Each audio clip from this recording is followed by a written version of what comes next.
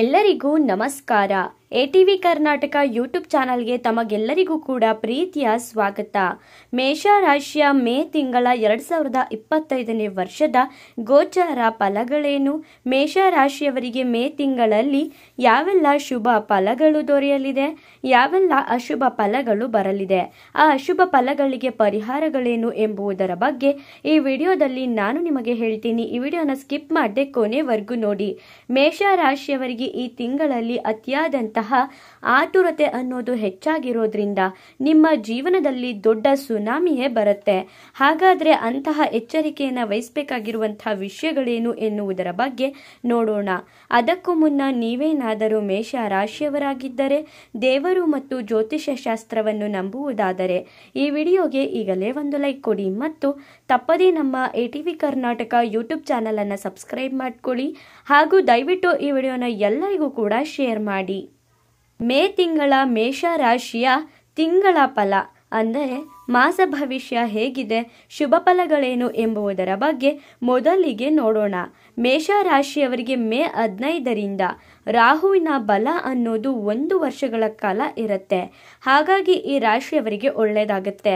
ಮೇ ತಿಂಗಳಲ್ಲಿ ಮೇಷ ರಾಶಿಯವರು ರಾಹುವಿನ ಬಲನ 15ನೇ ತಾರೀಕಿನಿಂದ ಪಡ್ಕೊಳ್ಳೋದ್ರಿಂದ ಇವರಿಗೆ ಸ್ವಲ್ಪ ಮಟ್ಟಿಗೆ ಸುಧಾರಣೆ ಅನ್ನೋದು ಕೂಡ ಕಾಣುತ್ತೆ.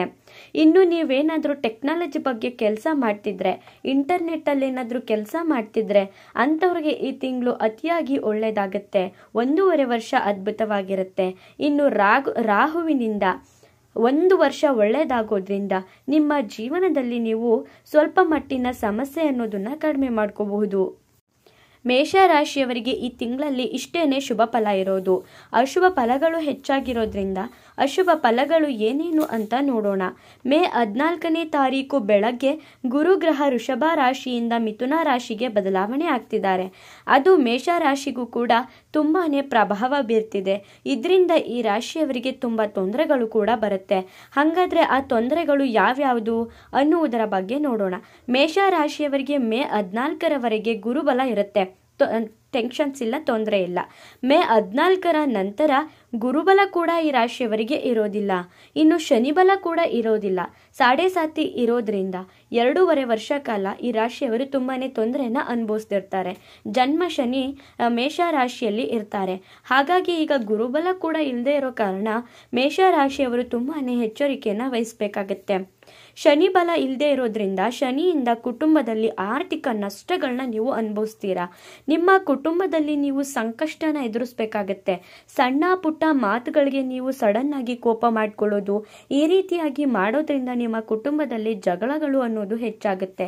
ಹಾಗೇನೆ ಹಣಕಾಸಿಗೆ ತುಂಬಾ ಸಮಸ್ಯೆ ಅನ್ನೋದನ್ನ ನೀವು ಮೇಷ ರಾಶಿಯವರು ಈ ತಿಂಗಳಲ್ಲಿ ಅನುಭವಿಸಬೇಕಾಗತ್ತೆ.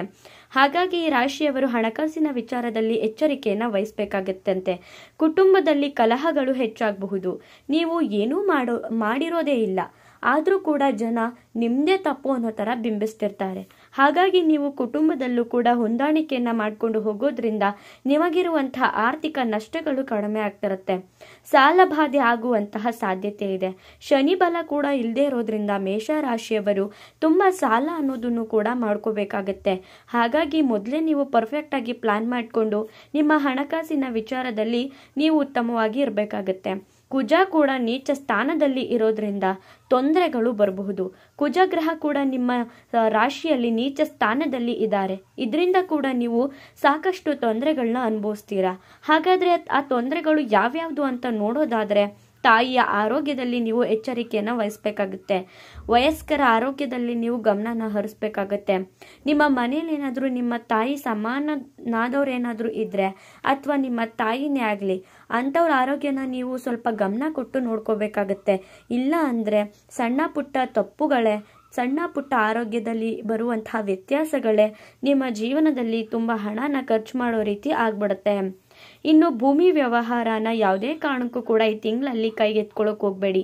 ನೀವೇನಾದರೂ ಭೂಮಿ ವ್ಯವಹಾರದ ಬಗ್ಗೆ ಕೆಲಸ ಮಾಡ್ತಿದ್ರೆ ಅಂದರೆ ರಿಯಲ್ ಎಸ್ಟೇಟಲ್ಲಿ ಏನಾದರೂ ಕೆಲಸ ಮಾಡ್ತಿದ್ರೆ ನೀವು ಈ ತಿಂಗಳಲ್ಲಿ ನೀವು ಸ್ವಲ್ಪ ಸುಮಾರಾಗಿರೋದು ಉತ್ತಮ, ಇಲ್ಲ ಸುಧಾರಿಸ್ಕೊಳ್ಳೋದು ಉತ್ತಮ.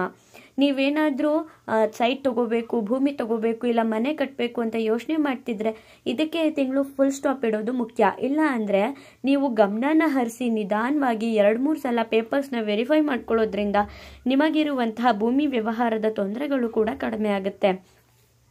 ಒಟ್ಟಾರೆಯಾಗಿ ಹೇಳೋದಾದರೆ ಈ ತಿಂಗಳಲ್ಲಿ ನೀವು ಭೂಮಿ ವ್ಯವಹಾರಕ್ಕೆ ಕೈ ಹಾಕ್ತೇ ಇರೋದೇ ಉತ್ತಮವಾಗಿರುತ್ತೆ. ಇನ್ನು ಮನೆ ಕಟ್ಟಬೇಕು ಅಂತ ಏನಾದರೂ ಪ್ಲ್ಯಾನ್ ಮಾಡ್ತಿದ್ರೆ ಖಂಡಿತವಾಗ್ಲೂ ಕೂಡ ಈ ತಿಂಗಳಲ್ಲಿ ಮಾಡಬೇಡಿ.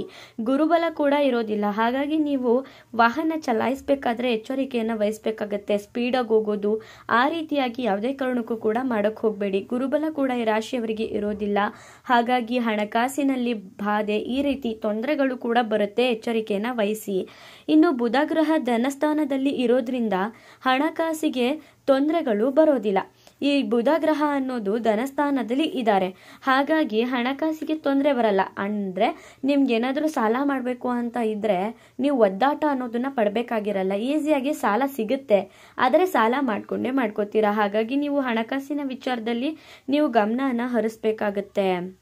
ಇನ್ನು ಮೇಷರಾಶಿಯವರಿಗೆ ಈ ತಿಂಗಳಲ್ಲಿ ತೊಂದರೆಗಳೇ ಜಾಸ್ತಿ ಇದೆ. ಈ ತಿಂಗಳಲ್ಲಿ ಅನ್ನೋದಕ್ಕಿಂತ 7.5 ನಡೀತಿರೋದ್ರಿಂದ ನೀವು ಸಾಕಷ್ಟು ರೀತಿಯಾದಂತಹ ಸಮಸ್ಯೆಗಳು, ತೊಂದರೆಗಳನ್ನ ಹೊತ್ಕೊಂಡ್ಬಂದಿದ್ದೀರಾ. ಇವಾಗಲೇ ನೋಡಿದ ಹಾಗೆ 7.5 ಶುರುವಾಗಿದೆ, ಶನಿ ಬಲ ಕೂಡ ಇರೋದಿಲ್ಲ.